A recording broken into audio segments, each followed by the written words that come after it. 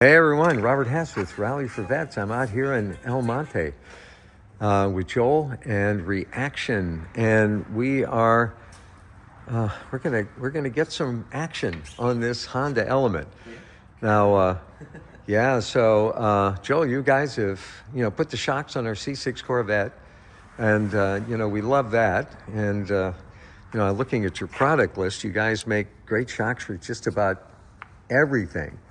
Okay, but not a Honda Element. So what are you going to do to this guy? We do make something for the Element. People do want to lift them, and they do want to lower them. Uh-huh. And as you may know, sometimes it's just cheaper than going replacement OEMs. And it'll give the car a firmer ride. You can get it to the height you want, and then try to make sure it stays within the balance of comfort and daily drivable. Okay. All right, that sounds good because I like the stiffer ride. So I guess we're going to lower this thing a little bit. Just a little bit. Okay. And who knows, guys? Maybe we'll see this on the track at Summit Point next year. Yeah, maybe not.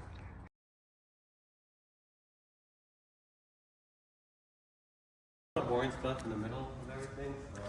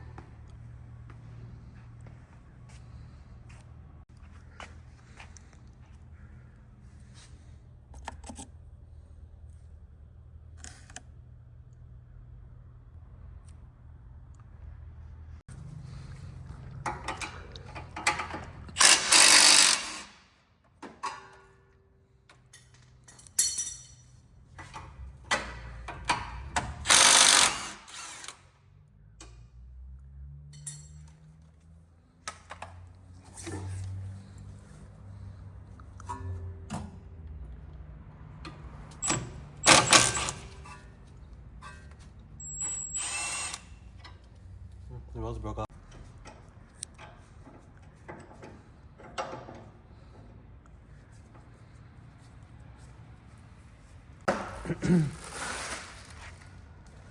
So quite a bit different between these and the others. Yeah, let me grab the OEM.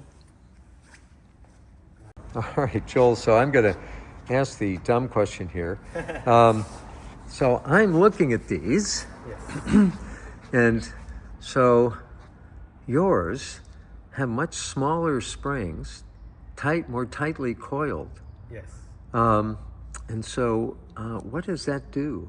So basically our springs are linear. So at every time it compresses, it's at a linear rate. Most of the times OEMs are progressive, so the more they compress, the stiffer they become. Mm-hmm. Whereas ours stay linear throughout the range. Ours also do have camber plates up top, so you can help dial it in your alignment, whereas OEMs don't. With OEMs, you have to rely on the bolts. We can still do it on the bolts as well, but what we do is we have our customers basically dial in their steering angle inclination when it comes to alignment, just to make sure everything is going up and down perfectly fine, and your caster is good and your camber is good. Oh, so I can get a little negative camber on the front of this. Yeah. Okay. Get ready for the track. Well, that'll be good. I put negative camber on everything. Okay. So when you say linear, so what that means is the stiffness of the spring is the same all the way through the compression. Correct. Okay. All right. I think I'm going to like that. Because it's the way it is on the Corvette that we put those on, and I really like that ride. Yeah. So that's going to be great. So we're actually we are going to be working with the Swift springs to upgrade your suspension even further. Let me grab a set of Swifts real quick. Okay. They're a direct spring we're going to use, but I just wanted to show you how Swift does it. These are 8K spring rate. This is also an 8K spring rate.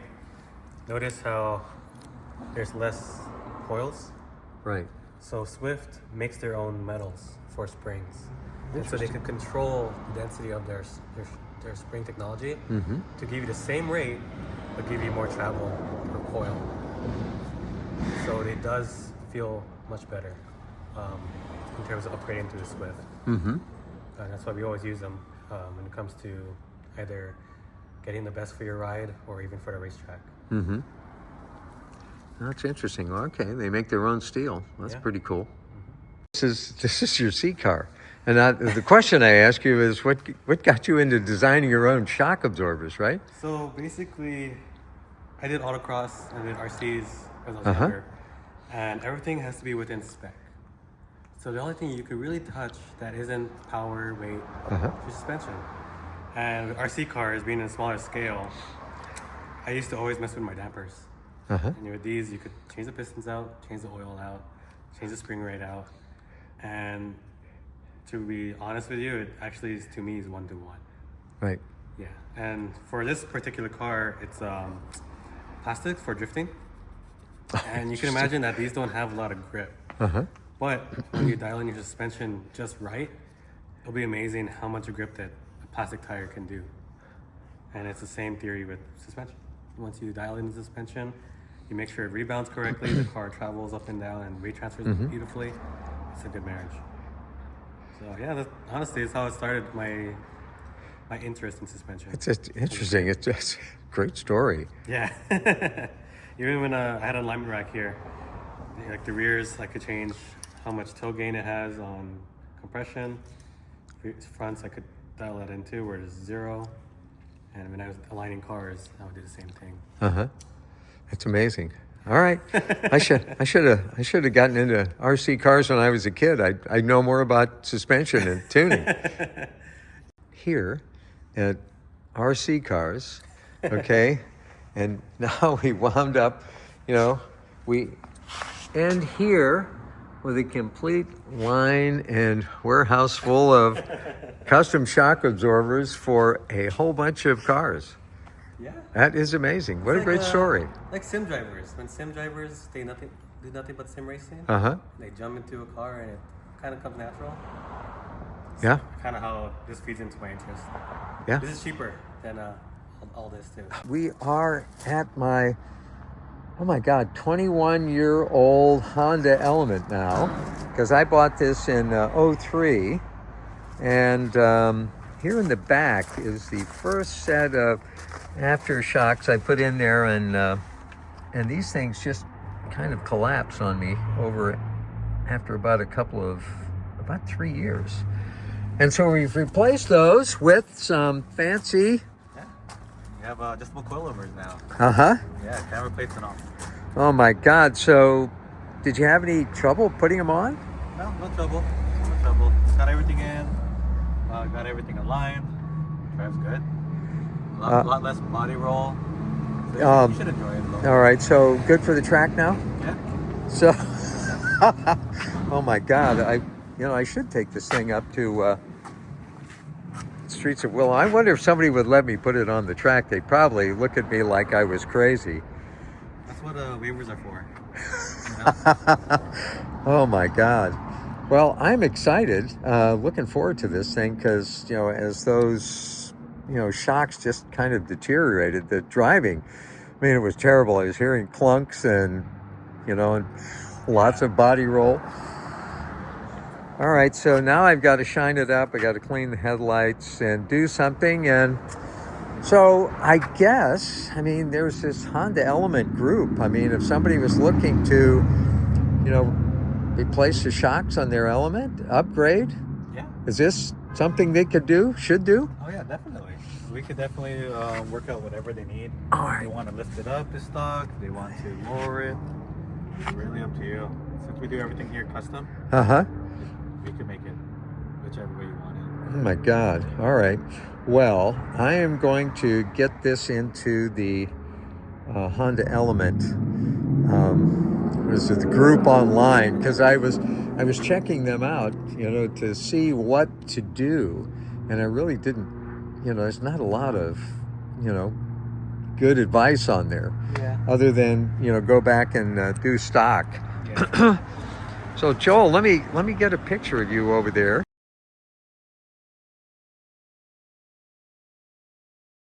All right, now we're looking at the shocks in the front, And so, Joel, you tell me that if I want to stiffen it, all I really have to do is just turn this little... Yep. Just turn it clockwise. You'll hear each click. Hear and feel each click, and you have 32 clicks. 32 clicks. That's Yeah. amazing. All right, so, all right, I'm going to back it off to 0. All right, then I guess I'm going to have to play around with it and remember how many clicks. Yeah. Okay, that's exciting. Now, is it the same in the back? Yes, same in the back. Oh, this is amazing. I was thinking I'd have to have some sort of wrench or something. No. All right, is this something unique that you have engineered into this one? Well, for this vehicle, it's great that it has easy access. Some suspension designs here have hard of accessing your damping knobs, and so this is, easy access is one thing. But adjustable dampers are mainly set up this way, and we include camber plates, so you have adjustment range to go back to stock. And that's pretty good. Oh, that's interesting. So it has camber plates. If I wanted negative camber on this, I could... Yeah. Jesus. All right. Oh, that's kind of fun. But now if I'm going to do that, I've got to jack it up and do a little adjustment. Yeah. To have the camber plate. Okay. Yeah. All right. Because right now it's loaded, so if you were to loosen these screws, you wouldn't really be able to move it that easily just because it loaded the vehicle. Right. But ideally, get it done at alignment or shops, just because your toe changes drastically in these cars the moment you change camber. Okay. So get it all done at once. Got it. All right. Okay. Well, that's exciting. Just a quick note to close out this video. A personal thank you to Joel and the team at Riaction Shocks for getting those coilovers on the Element. I love the way it drives, nice and flat. Almost makes me want to take it up into the canyons and do the twisties, but I'll use the Miata and the Vette for that. So if you are looking, to upgrade your suspension and you're interested in coilovers, I suggest you hit the website, Riaction USA, and then give a call to Joel, and I'm sure he can talk you through what we've done for our vehicle. So if you're a track person, please take a minute, go over to rallyforvets.com. That's rally, the number 4, vets.com. I'm Robert Hess, and I rally for vets.